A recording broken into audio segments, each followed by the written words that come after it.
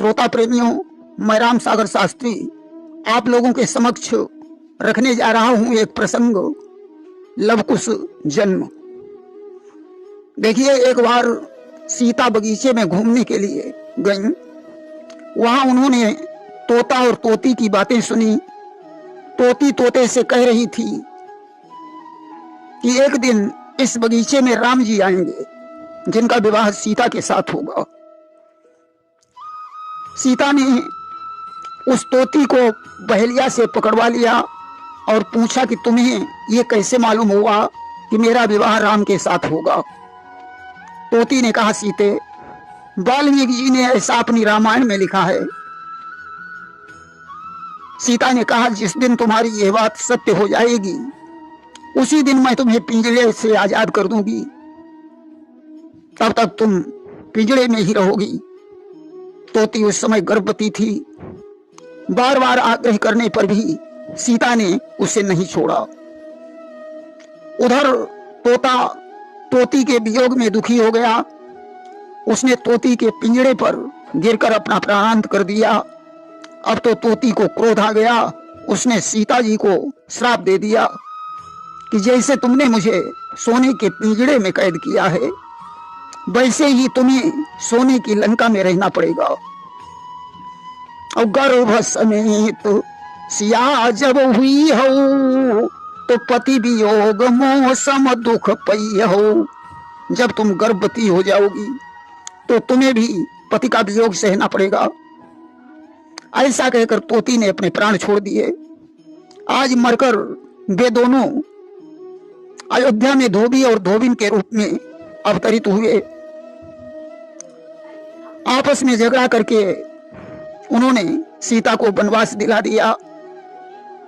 राम ने लक्ष्मण के द्वारा गर्भवती सीता को जंगल में छुड़वा दिया। सीता जी को वाल्मीकि जी अपने आश्रम पर ले गए। वहां आश्रम में 2 बच्चों का जन्म हुआ कि दुई सुत सुंदर सीता जाए और लव कुश वेद पुराणन गाए। वेदों और पुराणों ने जिनका नाम लवकुश बताया है, वहीं विद्वानों का ऐसा भी विचार है कि सीता जी ने सिर्फ एक बच्चे को ही जन्म दिया था, जिसका नाम लव था। कि लव सुत सुंदर सीता जायो और कुश को वाल्मीकि सरसायो। उसको तो कुशा के द्वारा वाल्मीकि जी ने बनाया था। देखिए, एक बार की बात है, सीता जी ने लव को स्नान करवाया और पालनी में लिटा दिया कि एक बार जननी अनवाई और लव ही दीन पलना पौड़ाई। सीता जी ने हाथ में घड़ा उठाया और नदी में पानी भरने के लिए चल पड़ी कि घट उठाई हृदय धरि धीरा और भरन चली सरिता मोहनीरा। वाल्मीकि जी उस समय ध्यानावस्था में बैठे हुए थे। सीता जी ने उन्हें संकेत किया कि लव पालने में पड़ा है, इसका ध्यान रखना। कि कछु संकेत मुनि सिय दीना, कि कछु संकेत मुनि सिय कीना और ध्यान मगन तीन ध्यान न दीना। वाल्मीकि जी तो ध्यानावस्था में थे। उन्होंने सीता की बात पर कोई गौर नहीं किया। रास्ते में सीता जी को एक बानरी मिल गई जो अपने बच्चे को छाती से लिपटाए हुए जा रही थी। कि सीता का दर्द बढ़ाने को बानरी एक आ जाती है, निज सुत को दूध पिला करके वो छाती से लपटाती है।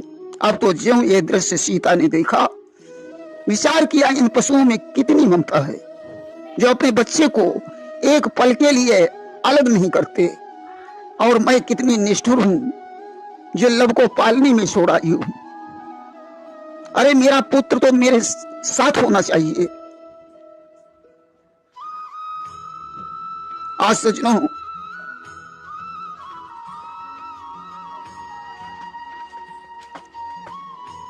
यह दृश्य देखकर सीता को निज सुत की याद सताई है। पानी भरना तो भूल गई, घर से लब को ले आई है। सीता जी रास्ते से लौट पड़ी, आश्रम में पहुंची, पालने से लब को उठाया और उसे गोद में लेकर पानी भरने के लिए चली गई। इधर सज्जनों, ज्यों वाल्मीकि जी की आंखें खुली, उन्होंने देखा पालने में लब नहीं है। अब तो असमंजस में पड़ गए कि इत वाल्मीकि की आंख खुली, देखा तो सूना पलना है। असमंजस में पड़ गए तुरंत, सीता का कहाँ बोलना है। अरे सीता का पुत्र कहाँ चला गया। अब सीता आकर मुझसे पूछेगी कि मेरा पुत्र कहाँ है, तो मैं क्या जवाब दूंगा। वाल्मीकि जी ने आज उषा को अभिमंत्रित करके एक पुत्र बना दिया और उसे पालने में लिटा दिया कि झट उसको अभिमंत्रित करके तपोबल से पुत्र बनाए दिया। फिर उसी तरह से मुनिवर ने पलने में उसे लिटाए दिया। तब तक पानी भरकर सीता जी आ गई कि तब तक आ पहुंची सिया, भरकर घट में नीर, पुत्र देख कर गोद में ऋषि हो उठे अधीर। वाल्मीकि जी ने देखा कि एक पुत्र तो सीता जी की गोद में है और दूसरा पुत्र पालने में लेटा है। तो यहाँ वहां दुई बालक देखा, मति भ्रम मोर किया निविशेखा। दो बालक देखकर वाल्मीकि जी आश्चर्य में डूब गए। विचार करते हैं क्या वास्तव में दो बालक हैं या मेरा भ्रम है। हाँ, दो ही बालक हैं। आज तो अब मुझे क्या करना चाहिए, एक बच्चे को मिटा देना चाहिए। और चले मिटाने के लिए ज्यों कुश को मुनिनाथ, आगे बढ़कर सिया ने पकड़ लिया चट हाथ। ज्यों मिटाने के लिए कमंडल से जल लिया, सीता ने वाल्मीकि जी का हाथ पकड़ लिया कि बोली अब तक था एक पुत्र, अब दो हो गए हमारे हैं। अब किसको कहूँ मिटा दीजिए, मुझको तो दोनों प्यारे हैं। सीता ने कहा अभी तक तो मेरा एक पुत्र था और अब मेरे दो पुत्र हो गए। अब मैं किसको मिटाने के लिए कह दूं, मुझे तो दोनों बच्चे अच्छे लगते हैं। रहने दो गुरुजी, किसी को मत मिटाओ, दोनों बच्चों की जोड़ी बनी रहेगी। इस तरीके से सीता जी के दो पुत्र हो गए। प्रथम दृष्टि से सीता का एक ही पुत्र था लब, दूसरी दृष्टि से लब और कुश उनके दो पुत्र हो गए। देखिए यहां भी एक प्रश्न उठता है कि वाल्मीकि जैसे तपस्वी को यह बात कैसे नहीं मालूम हुई कि लब को पालने से उठाकर सीता जी जल भरने गई हैं। अरे जिन्होंने श्री राम चरित्र का सारा भविष्य रामायण में पहले ही लिख दिया, वो क्या नहीं जानते थे। वाल्मीकि तो ब्रह्म के समान थे, उन्हें तो सारा भविष्य पहले से ही मालूम हो जाता था।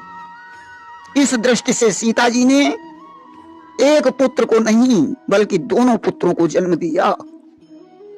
हाँ, लौकिक दृष्टि से यह कहा जा सकता है कि वाल्मीकि जी सब कुछ जानते हुए भी अज्ञान बन गए और उन्होंने उषा के द्वारा उसकी रचना कर डाली। वह एक को मिटाकर सीता जी को की भावना जांचना चाहते थे कि देखें आखिर सीता जी के हृदय में कितनी ममता है। इसलिए दोनों चौपाइयां अपनी अपनी जगह पर सही हैं। प्रथम दृष्टि से लब सुत सुंदर सीता जायो और कुश को वाल्मीकि सरसायो।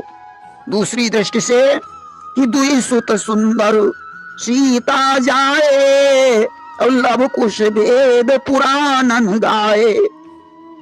देखिए दोनों बालकों को वाल्मीकि जी ने धनुर्विद्या की शिक्षा दी और सीता चरित्र सिखाया। वही सीता चरित्र लव कुश ने जाकर राम के दरबार में गाया। जब राम ने दिग्विजयी घोड़ा छोड़ा तो लव कुश के साथ युद्ध हुआ सारे योद्धा लवकुश से परास्त हो गए। आखिर में राम स्वयं उनके साथ युद्ध करने के लिए गए। तो वाल्मीकि जी ने लवकुश से राम का परिचय करवाया। राम ने अपने बच्चों को हृदय से लगा लिया। अश्वमेध पूर्ण कर सीता जी को अयोध्या में बुलवाया। सीता तो भूमि की पुत्री थी, वे भूमि में ही चली गईं। राम ने चारों भाइयों के पुत्रों को राज्य बांट दिया और संन्यास ले लिया। इसके बाद परम धाम को चले गए। प्रेम से बोलिए सियावर रामचंद्र की जय। श्रोता प्रेमियों, मैं राम सागर शास्त्री आप लोगों के समक्ष एक प्रसंग रखने जा रहा हूं, लवकुश विवाह। देखिए, अश्वमेध यज्ञ करने के बाद राम ने अपने राज्य का बंटवारा कर दिया। उसको अयोध्या का पूर्वी भाग, लव को अयोध्या का उत्तरी भाग, भरत के पुत्र बैनामा और पुष्कल को अयोध्या का दक्षिणी भाग दे दिया और शत्रुघ्न के पुत्र मथुरा के ही राजा बने रहे। राम ने शिक्षा दी कि तात प्रजा के पालन करहु और ते ही सम्मति चित मानित धरहु। हे पुत्रों, प्रजा का पालन करना और उसकी सलाह को चित्त में धारण करना। और जासुराज प्रिय प्रजा दुखारी, सो नृप अवश्य नरक अधिकारी। जिस राजा के राज्य में प्रजा दुखी रहती है वह राजा नरकगामी होता है।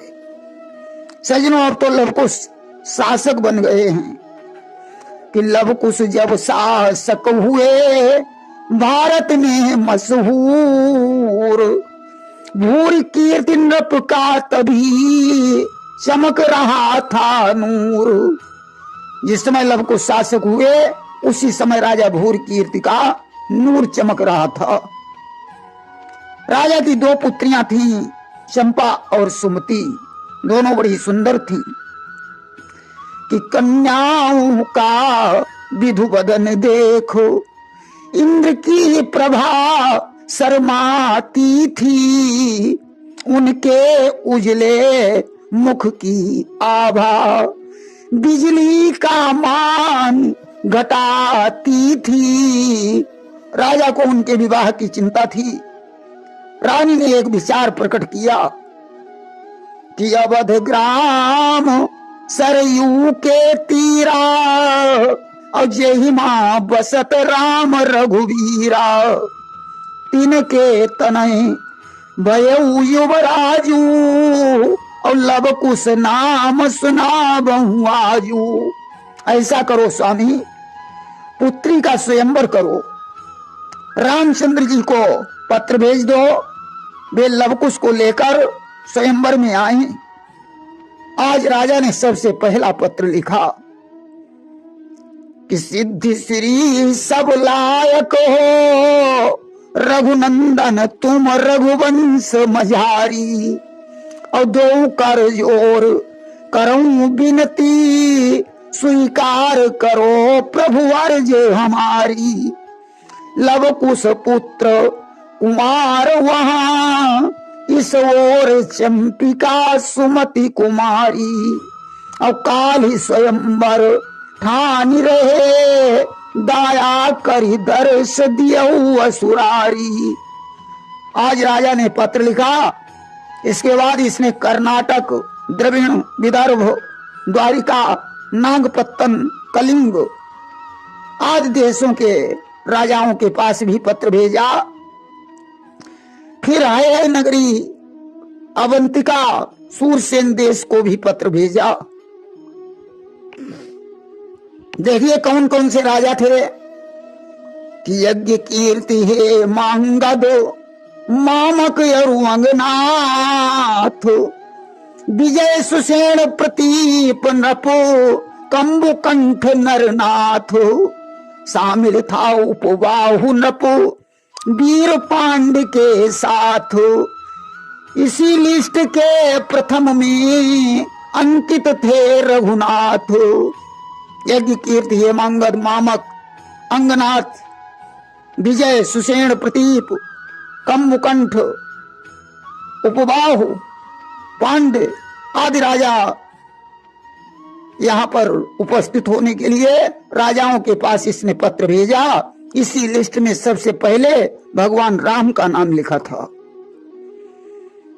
जिस समय राम जी आनंद से बैठे हुए थे कि बैठे थे आनंद से जब प्रभु करुणा धाम, तभी भूप के दूत ने आकर किया प्रणाम। जिस समय भगवान राम आनंद के साथ में बैठे हुए थे, उस समय राजा का दूत जाकर राम को पत्र देता है। बोला नृपभूरि कीर्ति जी ने रघुनाथ मुझे भिजवाया है, और यह सेवक उनके हाथों से यह प्रणय संदेशा लाया है। राम ने वह पत्र वशिष्ठ जी को, लक्ष्मण भरत शत्रुघ्न को सुनाया और चलने की तैयारी कर दी। सबसे पहले सबसे आगे वशिष्ठ का रथ है, उसके पीछे राम का रथ, उसके पीछे लक्ष्मण, लक्ष्मण के पीछे भरत और भरत के पीछे शत्रुघ्न, शत्रुघ्न के पीछे 8 भाई यानी 4 भाइयों के पुत्र हैं। भूरि कीर्ति ने उनका सम्मान कर उचित स्थान दिया।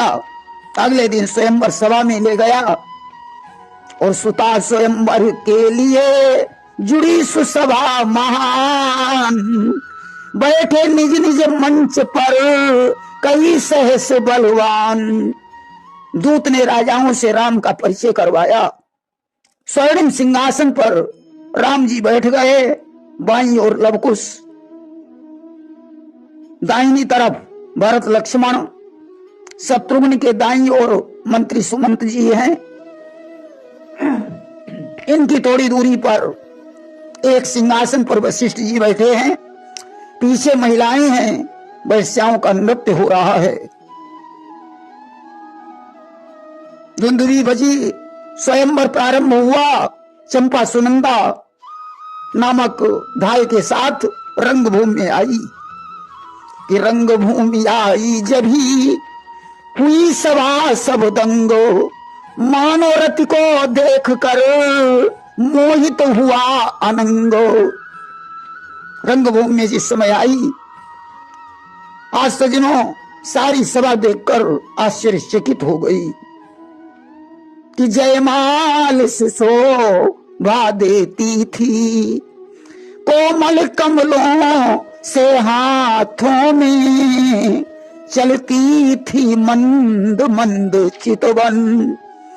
क्या जादू था उन नजरों में।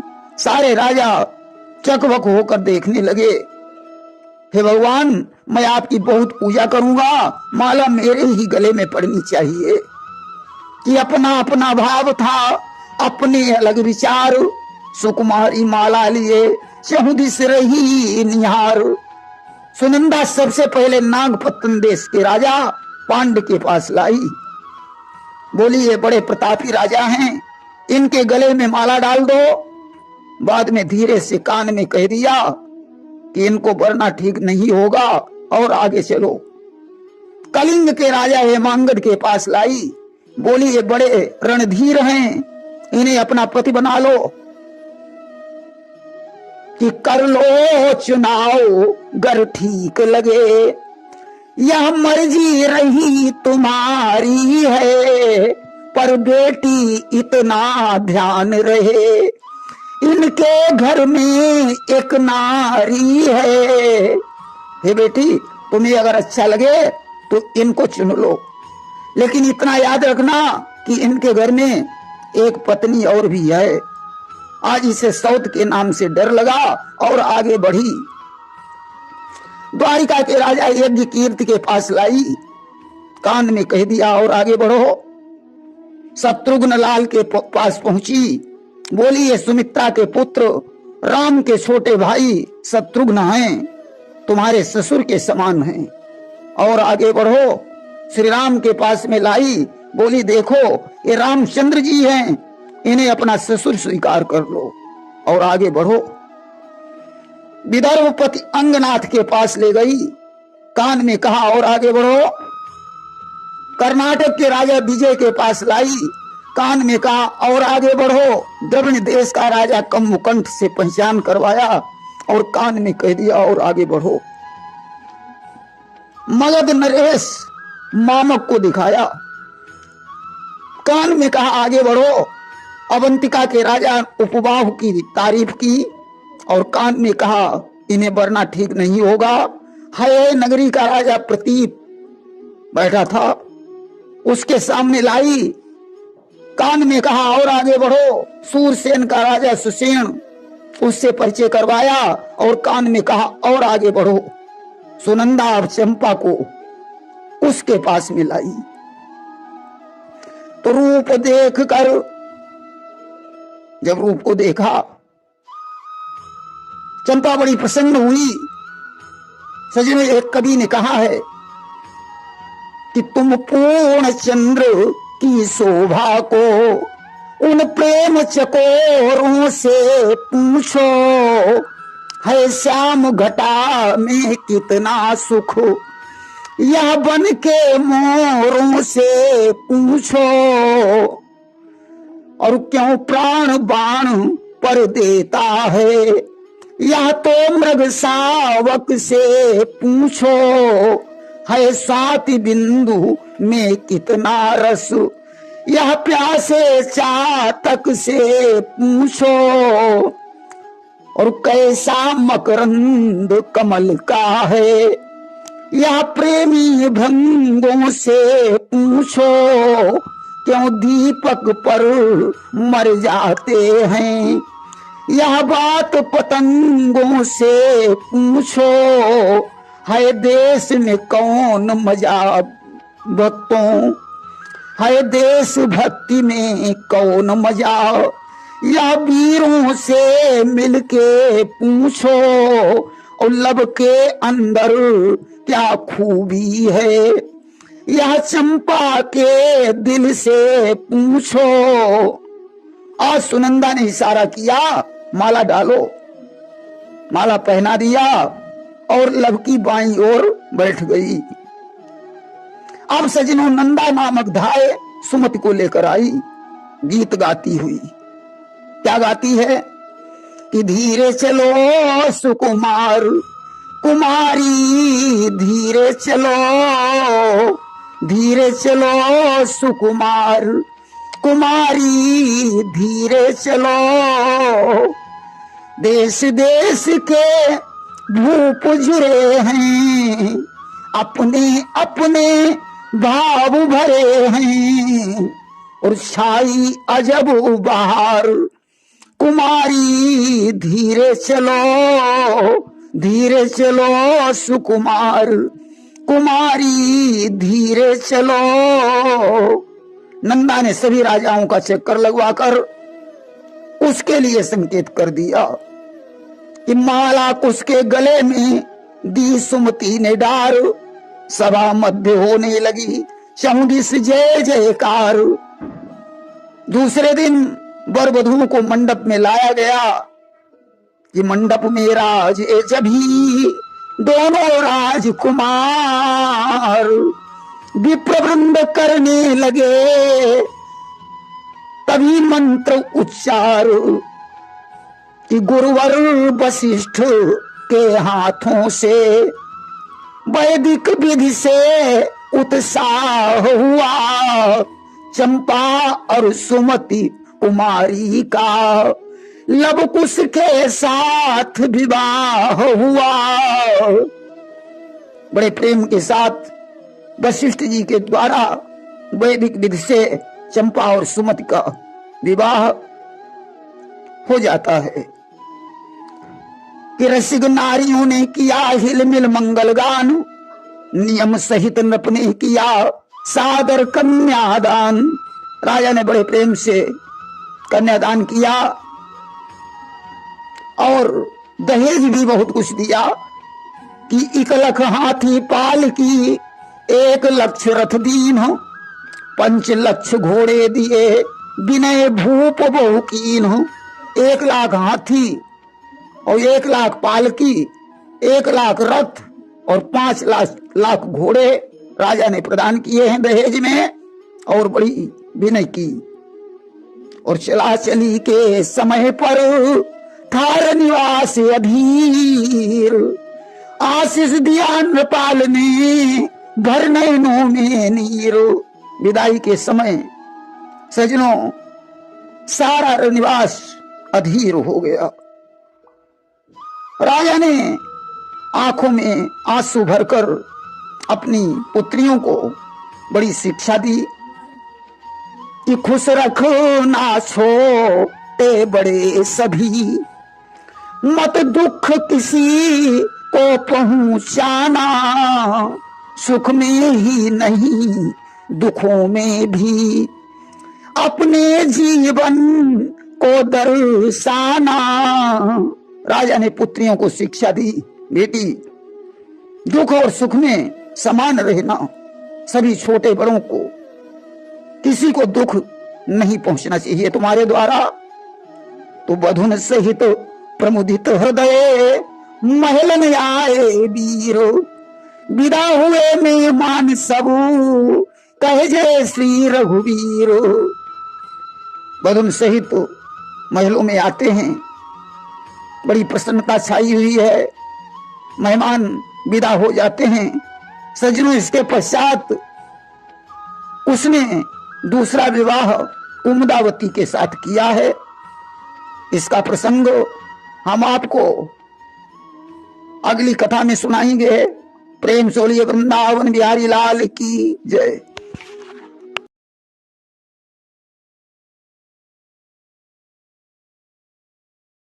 श्रोता प्रेमियों, मैं राम सागर शास्त्री आप लोगों के समक्ष एक प्रसंग रखने जा रहा हूं, कुश का दूसरा विवाह। देखिए, कुश का पहला विवाह सुमति के साथ हुआ था, जिसके द्वारा एक पुत्री का जन्म हुआ कि कुछ समय बाद सुमति द्वारा उत्पन्न कुमारी एक हुई। हेमा शुभ नाम रखा उसका, प्रमुदित उसकी छवि देख हुई। सुमति ने उस पुत्री का नाम हेमा रख दिया। उसकी सुंदरता को देखकर सुमति बड़ी प्रसन्न है। धीरे धीरे कन्या विवाह के योग्य हो गई कि ब्याह योग्य कन्या ही अनुमानी, और कुश ने दियो स्वयंवर ठानी। कन्या को विवाह के योग्य देखकर उसने उसका स्वयंवर ठान दिया। आज स्वयंवर में अनेकों राजकुमार उपस्थित हो गए। चित्रांगद ने मौका पाकर हेमा का हरण कर लिया। यह देखकर लवकुश को गुस्सा आ गया और उन्होंने चित्रांगद पर आक्रमण कर दिया। चित्रांगद कोई मामूली योद्धा नहीं था कि उस महावीर की मारों से जब लब मूर्छा में छाए हैं, तब मुदगल ऋषि के आश्रम से हनुमान संजीवनी लाए हैं। चित्रांगद की मारों से लब बेहोश हो गए। उस समय हनुमान जी मुदगल ऋषि के आश्रम से संजीवनी बूटी ले आए, जिससे लब को चेतना आई कि संजीवनी पाकर जाग गए। बोले चित्रांगद कहाँ गया? उस बोले मैंने मार मार कायर को रण से भगा दिया। जैसे ही लब जागे उन्होंने कुश से पूछा, भैया चित्रांगद कहाँ चला गया? उसने कहा, मैंने उसे अपने बाणों की बदौलत रण स्थल से भगा दिया। यहीं पर उसकी वीरता पर प्रसन्न होकर भगवान राम ने उन्हें एक कंकण प्रदान किया। इसी खुशी में राम ने उस सुत को हर्षाए, बार बार तारीफ कर कंकण दिया गहाए। देखिए, कुश के कोई पुत्र नहीं था, इसलिए कुश पुत्र की कामना से दुखी रहते थे। कहा जाता है कि पति बिन सूनी मांग, पुत्र बिन है घर सूना, दो मुक्ति के मार्ग दो बिन है दुख दूना। जैसे बिना पति के मांग सूनी होती है, उसी प्रकार बिना पुत्र के घर द्वार सूना होता है। ये दोनों मुक्ति के मार्ग हैं। इन दोनों के बिना दूना दुख है। और चही हुई कन्या 60,000 और एक पुत्र बिन जग अंधियारा। भले ही कन्याएं 60,000 उत्पन्न हो जाएं, परंतु एक पुत्र के बिना संसार में अंधेरा ही अंधेरा है। एक दिन की बात है, कुश सरयू नदी में स्नान करने के लिए गए। एक दिवस कुश ने किया सरयू पर प्रस्थान, रथ रोका करने लगे बेपावन स्नान। उन्होंने नदी के किनारे रथ खड़ा कर दिया और सरयू में स्नान करने लगे। जल विहार में इतना मग्न हो गए कि उन्हें शरीर का होश ही नहीं रहा। हाथ से कंकण कब निकल गया उसको कोई पता भी नहीं चला। कि जल में रहता था कुमुद सर्प, उसके घर बहन सुहाती थी परम सुंदरी रूपवान, वह कुमुदावती कहाती थी। सरयू नदी में कुमुद नाम का एक सर्प रहता था, जिसकी बहन का नाम कुमुदावती था। उस कंकण को कुमुदावती उठा ले गई और अपने भैया कुमुद को दे दिया। इधर जल विहार के पश्चात उसको कंकण की याद आई कि मेरे हाथ का कंकण कहाँ चला गया। मेरा कंकण और कहीं नहीं, सरयू में ही गिरा होगा। अस्तु सरयू को सुखाने के लिए उसने धनुष पर बाण रखा और संधान करना ही चाहते थे। तभी सरयू उसके सामने प्रकट हो गईं। उन्होंने कुश से याचना की कि महाराज हमारा दोष नहीं, क्यों नाहक मुझे सुखाओगे, जल जंतु सभी जल जाएंगे, प्रभु पाप महान कमाओगे। हे महाराज, कुश कंकण के गिरने में मेरा कोई दोष नहीं है। जो तुम मुझे सुखाना चाहते हो, मेरे जल में तमामों जल जंतु रहते हैं, वे अग्नि बाण से जलकर मर जाएंगे, बहुत बड़ा पाप होगा। बाण का संधान मत करो। मैं कुमुद सर्प से कहकर आपका कंकण वापस करवा दूंगी। कि मैं कुमुद सर्प से कह करके प्रभु का कंकण दिलवा दूंगी। जो कुमुदावती बहन उसकी, उससे शादी करवा दूंगी। कंकण के साथ मैं तुम्हारा विवाह कुमुदावती से करवा दूंगी। इस प्रकार एक साथ दो काम बन जाएंगे। उसके बाद समझ में आ गई, बाण निकाल कर तरकस में रख लिया। उधर सरयू ने कुमुद के पास जाकर कहा, हे नागराज, तुम्हें मालूम होना चाहिए कि तुम्हारी बहन कुमुदावती विवाह के योग्य हो गई है। आज मौके का फायदा उठाओ, वर की तलाश भी नहीं करनी पड़ेगी और विवाह भी हो जाएगा। कुमुद ने कहा, वो कैसे? सरयू ने कहा, सुनो कि रघुनाथ पुत्र उससे इसका नाता रखना बेहतर होगा, जोड़ी भी परम मनोहर है, अपना संबंध मधुर होगा। आज राम के पुत्र कुश आए हुए हैं, जिनका कंकण तुम्हारे पास है। ऐसा करो, उसके साथ कुमुदावती का विवाह कर दो और दहेज भी नहीं देना पड़ेगा। दायज की नहीं जरूरत है, कंकण ही वापस कर देना। कह देना, क्षमा करो राजन, चरणों पर मस्तक धर देना। दहेज में कुश का कंकण वापस करके उनके चरणों पर मस्तक रखकर क्षमा मांग लेना, अन्यथा अग्निबाण से सब कुछ समाप्त हो जाएगा। कुमुद के बात समझ में आ गई। कुमुद सर्प को हो गई यह सलाह स्वीकार, कुमुदावती को बेगी ही उसने किया तैयार। कुमुद ने शीघ्र ही कुमुदावती को तैयार करवा दिया कि सज धज कर जिस दम कुश के ढिंग, कुमुदावती नागिन आई है, उसकी सुंदरता देख देख रति की आभा शर्माई है। जिस समय सज धज कर कुमुदावती उसके समीप पहुंची, उसकी सुंदरता देखकर कामदेव की पत्नी रति भी लज्जित हो गई। कुमुद ने अपने हाथों से कुमुदावती का हाथ उसके हाथों में दे दिया और कहा, राजन, मेरी यही छोटी सी भेंट स्वीकार करो। कंकण अर्पण कर दिया हंसी खुशी के साथ। सुमति नाथ अब बन गए कुमुदावती के नाथ।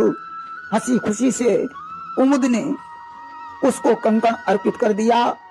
अभी तक तो कुश सुमति के ही पति रहे, आज से वे कुमुदावती के भी पति बन गए। आए वापस महल में छाई खुशी अपार, सुमति भी हो रही थी बार बार बलिहार। आज कुश अपने महलों में आए, कुमुदावती को देखकर सुमति भी बड़ी प्रसन्न हुई। उसने सोचा अभी तक तो मैं अकेली थी, परंतु अब मेरी एक बहन और भी आ गई है। उस समय के उपरांत कुमुदावती के द्वारा एक पुत्र का जन्म हुआ। माता कुमुदावती अपने बच्चे को देख देख कर बड़ी खुशी मनाती है।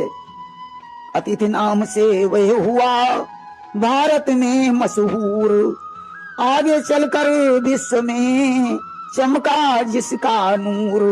वो बालक अतिथि के नाम से प्रसिद्ध हुआ। आगे चलकर उसने भारत में अपना नाम रोशन किया। प्रेम से बोलिए वृंदावन बिहारी लाल की जय। श्रोता प्रेमियों, मैं राम सागर शास्त्री आप लोगों के समक्ष रखने जा रहा हूं एक प्रसंग, उसकी पुत्री हेमा का स्वयंवर। देखिए, भगवान राम के दो पुत्र थे, लव और कुश, जिनका विवाह भूर कीर्ति की पुत्री चंपा और सुनंदा के साथ हुआ था। उसने अपना दूसरा विवाह नागकन्या कुमुदावती के साथ किया था, जिससे अतिथि नामक पुत्र का जन्म हुआ। और इनकी पहली पत्नी सुनंदा ने हेमा नाम की पुत्री को जन्म दिया था। उसने देखा पुत्री विवाह के योग्य हो गई है कि विवाह योग्य कन्या ही अनुमानी, और उसने दियो स्वयंवर ठानी। उन्होंने आज अपनी पुत्री का स्वयंवर ठान दिया। समाचार सुनकर देवता, गंधर्व, किन्नर और ऋषिमुनि स्वयंवर में उपस्थित हो गए। देश देश के राजा स्वयंवर में आने लगे कि सुता स्वयंवर के लिए जुड़ी सभा महान, बैठे निज निज मंच पर कई सहस बलवान। कई हजार भूप स्वयंवर में अपने अपने मंचों पर बैठे हैं। आज दुंदुभी के बजते ही उत्सव प्रारंभ हो गया। हेमा अपने हाथों में जयमाला लिए हुए सखियों के साथ रंगभूमि में आई। अब तो उसकी सुंदरता को देखकर समस्त राजा मोहित हो गए। हेमा ने सभी राजाओं की तरफ एक दृष्टि डाली, विचार कर रही है कि किसको अपना पति बनाया जाए। स्वयंवर में अवंतिका देश के राजा उग्रबाहु का पुत्र चित्रांगद बैठा हुआ था, जो बहुत पराक्रमी था।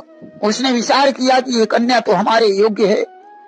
आज उसने धनुष पर बाण चढ़ाकर मोहन अस्त्र का संधान कर दिया। अब तो समस्त राजागण सो गए। उसने हेमा की बाह पकड़ी, स्वयंवर से बाहर लाया और रथ में बैठाकर अवंतिका की तरफ चल पड़ा। एक कोस की दूरी पर उसने रथ को रोक दिया और मोहन अस्त्र का संवरण कर लिया। अब तो राजागण जाग गए। अयोध्या में हाहाकार मच गया। समस्त राजा एकजुट होकर वहां पहुंचकर चित्रांगद से युद्ध करने लगे। चित्रांगद ने वायव्य अस्त्र छोड़कर समस्त वाहनों को आकाश में उड़ा दिया। उस समय राम से आज्ञा लेकर लव आदि सातों पुत्र युद्ध करने के लिए चल पड़े। उनके साथ स्वयंवर के राजा भी थे।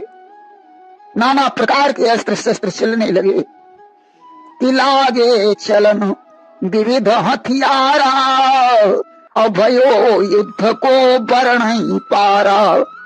चित्रांगद ने बाणों की वर्षा करके यूप केत के रथ को नष्ट कर दिया। सुबाहु, पुष्कर, तक्षक, चित्रकेतु, अंगद आदि सभी को विरथ कर दिया। लव को क्रोध आ गया। उन्होंने तीक्ष्ण बाण से चित्रांगद का धनुष काट दिया। आज अपने पुत्र की ऐसी दशा देखकर उग्रबाहु लव के सामने आ गया। लव ने बाणों का संधान करके उग्रबाहु के रथ को नष्ट कर दिया। उग्रबाहु ने क्रोधित होकर वीरघातिनी शक्ति का प्रयोग कर दिया कि वीरघातिनी छाड़ सिसागी और तेज पुंज लब के उर लागी। अब तो उसके प्रहार से लब मूर्छित हो गए। संग्राम में हाहाकार मच गया। उसने अपने भैया को मूर्छित देखकर उग्रबाहु का सामना किया। तब तक अंगद आदि रघुवंशी भी रथ पर बैठकर वहां आ गए। घमासान युद्ध होने लगा। उसने उग्रबाहु का धनुष काट दिया और नागपाश में बांधकर उग्रबाहु और चित्रांगद को रथ में डाल लिया। राम के पास लाकर उपस्थित कर दिया। भगवान राम ने कहा, कुछ उग्रबाहु हमारा मित्र है, इसे छोड़ दो। आज बंदी मोचन करवाया। वशिष्ठ और अगस्त भी वहां उपस्थित थे। राम ने कुश को अगस्त ऋषि के द्वारा दिया गया कंकड़ प्रदान किया और कुश की वीरता की सराहना की। उसने उस शोभायमान कंकड़ को धारण करके अगस्त जी से पूछा, मुनिवर आपको ये कंकड़ कहां से प्राप्त हुआ? अगस्त जी ने कहा, राजकुमार बहुत दिन पहले इंद्र के बहुत से शत्रु समुद्र के तल में अपना घर बनाकर रहने लगे।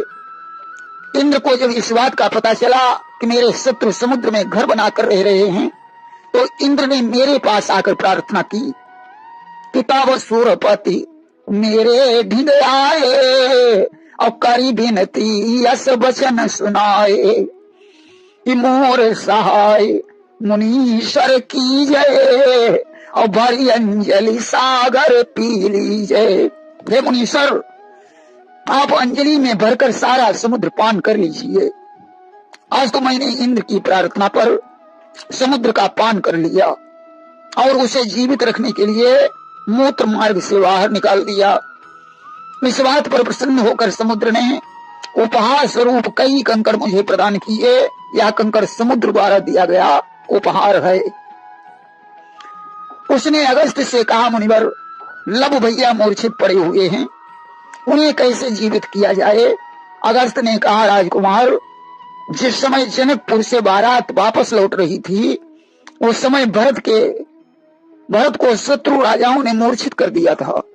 तब लक्ष्मण जी मुदगल ऋषि के आश्रम से संजीवनी बूटी लाए थे और उसके रस से भरत जी जीवित हुए थे। आज हनुमान को भेजकर वहां से संजीवनी बूटी मंगवा लीजिए। हनुमान को भेजकर संजीवनी बूटी मंगवाई गई। उसका रस निचोड़कर कुश ने जब लब के मुख में डाला। आज लब ने अपनी दोनों आंखें खोल दी। राम ने हनुमान को हृदय से लगा लिया। अब एक प्रश्न उठता है कि जब मुदगल ऋषि के आश्रम में संजीवनी बूटी मौजूद थी, तो हनुमान जी द्रोणागिरि पर्वत पर बूटी लेने क्यों गए? और मुदगल के आश्रम में संजीवनी बूटी की लता कैसे उत्पन्न हो गई?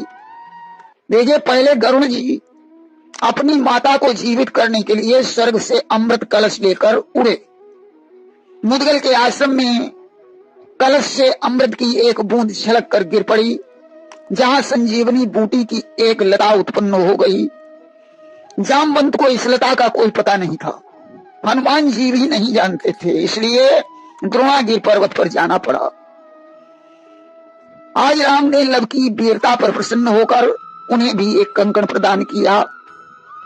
लब ने अगस्त जी से पूछा, मुनिवर आपको ये कंकड़ कहां से प्राप्त हुआ? अगस्त ने कहा, राजकुमार एक समय मैं दंडकारण्य के एक सरोवर में स्नान करने के लिए गया। स्नान करने के बाद मैं थोड़ी देर के लिए सरोवर के तट पर बैठ गया। अचानक स्वर्गलोक से एक विमान आया, जिसमें एक पुरुष और सैकड़ों स्त्रियां थीं। उनके आते ही सरोवर से एक शव निकलकर किनारे पर आ लगा। पुरुष ने जाकर उस शव का भक्षण किया, जल पिया और विमान में बैठ गया। यह देखकर मैं उस पुरुष के पास पहुंचा और मुर्दा खाने का कारण पूछा। पुरुष ने कहा कि पूर्व काल में मैं विदर्भ देश के राजा वसुदेव का पुत्र था। मेरा नाम श्वेत और मेरे दूसरे भाई का नाम सूरत था। जब मुझे पिता का सिंहासन प्राप्त हुआ तो राज के मद में पड़कर मैंने कभी दान नहीं किया, रात दिन पाप ही करता रहा, मेरे कोई संतान भी नहीं हुई। वृद्धावस्था में मैंने अपने भाई को राज्य दे दिया और तपस्या करने चला गया। एक दिन मैं सरोवर में स्नान करने गया और वहीं डूबने से मेरी मृत्यु हो गई। मरकर जब मैं स्वर्ग में पहुंचा तो मैं भूख से तड़पता रहा, परंतु भोजन नहीं मिला। इंद्र ने कहा, जो मनुष्य पृथ्वी पर दान पुण्य करता है उसी को यहाँ भोजन प्राप्त होता है। तुमने कभी दान पुण्य नहीं किया, इसलिए जाओ और भूख मिटाने के लिए अपने मृत शरीर का भक्षण करो, तुम्हारा शरीर बहुत दिनों तक सुरक्षित रहेगा। जब अगस्त जी काशी को छोड़कर दंडकारण्य में आएंगे तब तुम सरोवर में स्नान करके उन्हें कंकड़ दान कर देना और उस दान से तुम्हें स्वर्ग में भोजन मिलने लगेगा। इसलिए मैं रोज यहाँ आता हूँ। अगस्त ने कहा कि मैं ही अगस्त हूँ। पुरुष बोला, महाराज तो मेरा एक कंकड़ ले लीजिए ताकि मेरा उद्धार हो सके। कंकड़ का दान करके वह पुरुष विमान पर बैठकर स्वर्ग को चला गया। मैंने वही कंकड़ राम को दिया, राम ने वही कंकड़ तुम्हें प्रदान किया है। लब ने कहा, मुनिवर उस वन का नाम दंडकारण्य कैसे पड़ा? अगस्त ने कहा, राजकुमार राजा इक्ष्वाकु के एक पुत्र का नाम दंड था। दंड बहुत उद्दंड था, अन्यायी और दुराचारी था, अहंकारी था। एक दिन की बात है, राजा दंड शिकार खेलने के लिए एक जंगल में पहुंचा। एक हिरण का पीछा करते करते वह दूसरे देश में पहुंच गया। हिरण तो भाग गया, राजा निराश हो गया। उसे प्यास लगी थी। एक तालाब पर पहुंचकर उसने पानी पिया। सरोवर से थोड़ी दूरी पर भृगु ऋषि का आश्रम था। उनकी पुत्री का नाम अर्जा था, जो बड़ी सुंदर थी। अभी रजस्वला भी नहीं हुई थी। भृगु ऋषि उस दिन आश्रम पर नहीं थे। राजा दंड ने उस कन्या को देखा, देखते ही मोहित हो गया।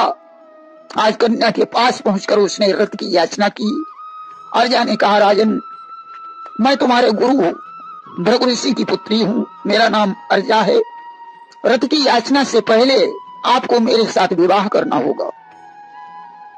इसके लिए आप हमारे पिताजी से परामर्श कर सकते हैं। यदि उनकी स्वीकृति हुई तो मैं आपसे विवाह कर लूंगी। सत्य कहा गया है, कामातुराणाम न भयम न लज्जा। कामी पुरुष को न भय होता है न लज्जा होती है। आज दंड ने जबरदस्ती अर्जा के साथ संसर्ग किया।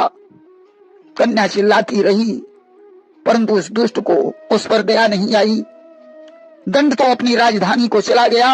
इधर भृगु ऋषि के आने पर कन्या ने रो रो कर दंड की हरकत का व्याख्यान किया। सुनकर भृगु ऋषि क्रोध से लाल हो गए, कमंडल से जल दिया और दंड को श्राप दे दिया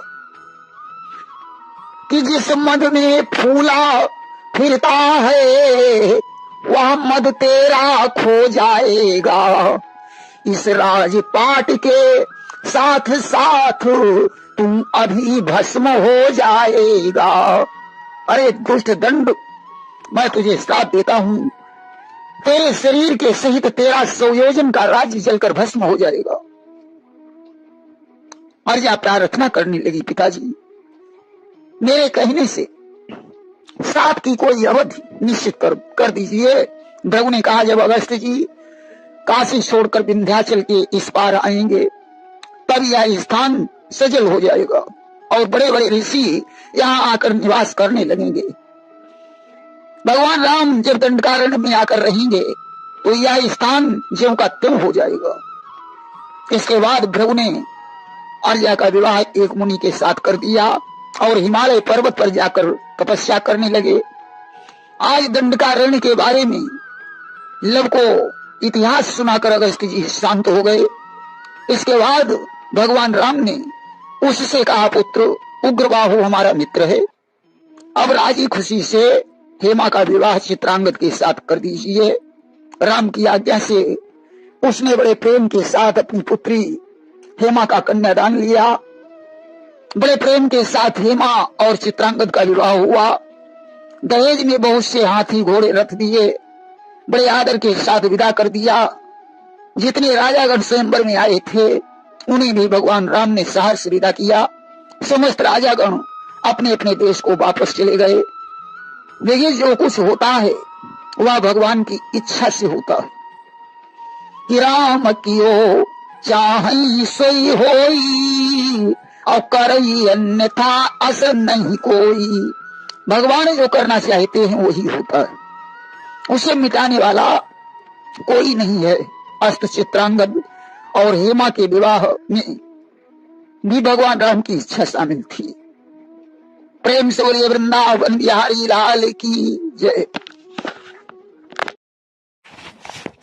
श्रोता प्रेमियों, मैं राम सागर शास्त्री आप लोगों के समक्ष रखने जा रहा हूँ एक प्रसंग, यूपकेतु का विवाह। देखिए, गंधर्वों पर विजय प्राप्त करके शत्रुघ्न पुत्र यूपकेतु 5 पुत्रियां हर लाए थे कि गंधर्व विजय कर यूपकेतु हर लाए 5 कुमारी थे। चंद्रिका चंद्रबदना चपला अचला चंचला कुमारी रे, जिनमें चंद्रिका का विवाह लक्ष्मण के पुत्र अंगद के साथ हुआ। चंद्रबदना का विवाह लक्ष्मण के पुत्र चंद्रकेतु से कर दिया तथा भरत के दूसरे पुत्र कुशल का विवाह चंचला से हो गया। अचला का विवाह शत्रुघ्न पुत्र सुबाहु से हुआ। इसके बाद में शत्रुघ्न पुत्र यूपकेतु नागों पर विजय प्राप्त करके 7 नाग कन्याएं ले आए। कंजाक्षी, कमला, कलावती, कंजाग्नि और कालिका थी। मालती और प्रिय कंजानना, ये 7 नाग पुत्रियां थी। इनमें कलावती का विवाह भरत के पुत्र पुष्कर के साथ कर दिया। कमला का विवाह शत्रुघ्न पुत्र सुबाहु से हो गया। कंजाक्षी का विवाह लक्ष्मण के पुत्र अंगद से कर दिया। कालिका का विवाह भरत के पुत्र बैनामा से कर दिया। कंजाग्नि का विवाह लक्ष्मण के पुत्र चित्रकेतु से हो गया। कंजानना का विवाह लव के साथ कर दिया। मालती का विवाह शत्रुघ्न के पुत्र यूपकेतु से हो गया। अब तो राम के दोनों पुत्रों को की 2-2 पत्नियां हो गईं। लक्ष्मण के दोनों पुत्रों की 2-2 पत्नियां हो गईं। भरत के दोनों पुत्रों की 2-2 पत्नियां हो गईं। शत्रुघ्न के एक पुत्र की 2 पत्नियां हो गईं, परंतु अभी दूसरे पुत्र यूपकेतु की एक ही पत्नी थी, इसलिए इन्होंने दूसरा विवाह मदन सुंदरी के साथ किया। मालती को पाकर यूपकेतु अतिशय मन में हर्षाए हैं। अपनी दूजी पत्नी के हित वे धीर न दिल में लाए हैं। यद्यपि मालती को पाकर यूपकेतु बड़े प्रसन्न हैं, फिर भी दूसरा विवाह करने की इनकी तीव्र इच्छा थी। देखिए, शिवकांतपुरी में एक राजा हुआ जिसका नाम कंबुकंठ था। इस शिवकांतपुरी में कंबुकंठ निष्कंटक राज्य चलाते थे, जिनके बल विक्रम के आगे सारे योद्धा दहलाते थे। कंबुकंठ बड़ा बलवान राजा था। उसके घर में एक पुत्री ने जन्म लिया जिसका नाम मदन सुंदरी था। कि उसके घर जन्मी सुता रूप राशि गुण धाम, कंबुकंठ ने रख दिया मदन सुंदरी नाम। कन्या धीरे धीरे विवाह की योग्य हो गई। राजा कंबुकंठ ने उसका स्वयंवर ठान दिया। इधर उधर कई राजाओं को पत्र भेजे।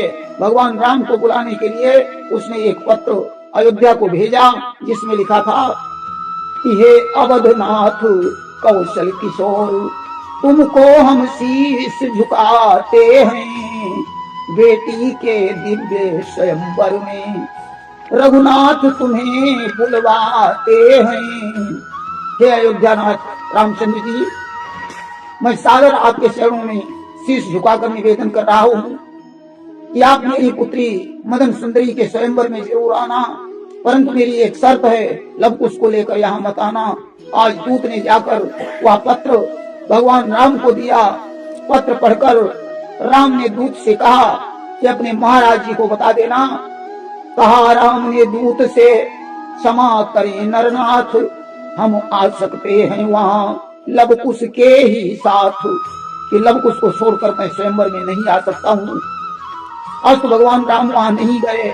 आज मदन सुंदरी के स्वयंवर में अनेकों राजकुमार एकत्रित हुए।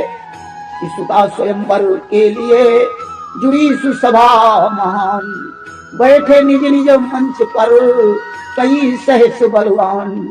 मदन सुंदरी के स्वयंवर में अनेकों देश के राजकुमार अपने अपने सिंहासन पर बैठे हुए हैं।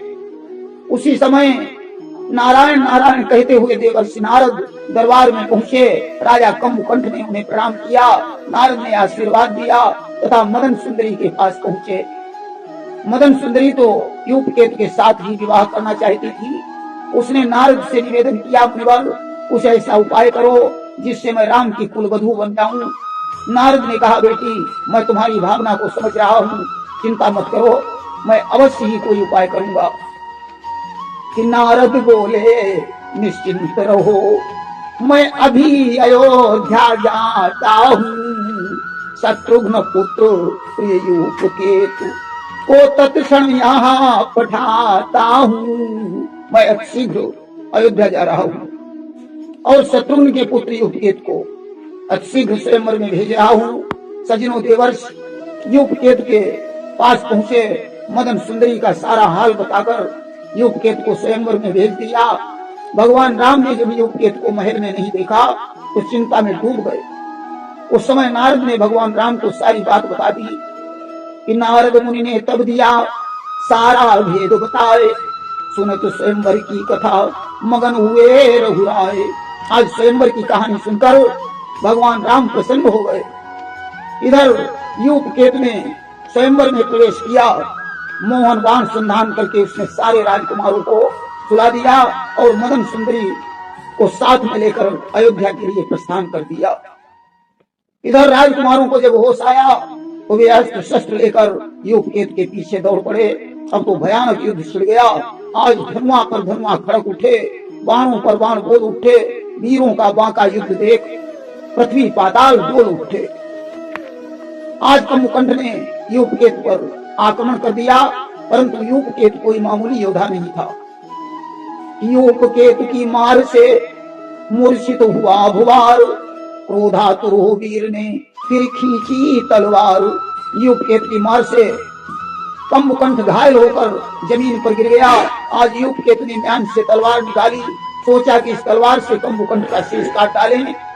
खड़गतान जब वीर ने सोचा काटू माथ, मदन सुंदरी ने कहा कभी जोड़ कर हाथ। यूपकेतु उसका शीश काटने ही वाले थे। मदन सुंदरी हाथ जोड़कर सामने खड़ी हो गई। उसने कहा, स्वामी ऐसा मत करो, हे प्राणनाथ इस दासी पर इतनी ही आज कृपा कीजिए। मैं तुमसे यह वर मांग रही, मम पितु को प्राण दान दीजिए। मैं तुमसे अपने पिता के प्राणों की भीख मांग रही हूँ। आज यूपकेतु ने अपनी तलवार को म्यान में रख लिया और मदन सुंदरी के सहित अयोध्या के लिए प्रस्थान कर दिया। थोड़ी ही दूर चल पाया था कि तनिक दूर ही चला था, हुआ दृश्य कुछ और। वीर शत्रुघ्न लाल भी आ पहुंचे उस ठौर। आज सारा दृश्य बदल गया। सामने देखा तो शत्रुघ्न लाल आ रहे हैं। पिता को देखकर यूपकेतु ने चरणों में अपना सर झुकाया। शत्रुघ्न लाल ने आशीर्वाद दिया और कहने लगे कि फिर कहा पुत्र से बेटा, रघुकुल में ऐसी लीक नहीं, बिन कन्यादान लिए बेटा चोरी से शादी ठीक नहीं। रघुकुल में ऐसी प्रथा नहीं है कि बिना कन्यादान के किसी बहू को घर में रख लिया जाए। चोरी से विवाह करना नीति के विरुद्ध है। इसलिए वहीं पर लौट चलो, हम कन्यादान कराएंगे। सम्मान सहित निज पुत्र वधू अपने महलों में लाएंगे। इसलिए पुत्र वापस लौट चलो। मैं कम्बुकंठ से कन्यादान करवाकर अपनी पुत्र वधू को सम्मान के सहित लाऊंगा। आज वापस लौटे। कांतिपुरी में उत्साह छा गया। मंडप में मदन सुंदरी का यूपकेतु के साथ विवाह हुआ। कम्बुकंठ ने कन्यादान किया। तिरसिक नारियों ने किया हिल मिल मंगल गान, नियम सहित नट ने लिया सादर कन्यादान। कम्बुकंठ ने हाथ जोड़कर शत्रुघ्न लाल से क्षमा मांगी। इसके बाद एक दूत को भगवान राम के पास भेजा कि दूत भेज रघुनाथ को, लिया उन्हें बुलवाए। बार बार मांगी क्षमा, नट ने शीश झुकाए। राम को बुलाने के बाद कम्बुकंठ ने चरणों में सिर झुकाकर राम से अपनी गलती की क्षमा मांगी। आज सारा सम्मान के सहित राजा कम्बुकंठ ने बहुत से दान दहेज के सहित अपनी पुत्री को आदर के साथ ससुराल के लिए विदा कर दिया। बधू सहित लौटे भवन, जब प्रभु जगदाधार उर्वासी करने लगे उनकी जय जयकार। आज भगवान राम वधू के सहित अयोध्या वापस लौटे, उर्वासी राम की जय जयकार करने लगे। प्रेम से बोलिए सियावर रामचंद्र की जय।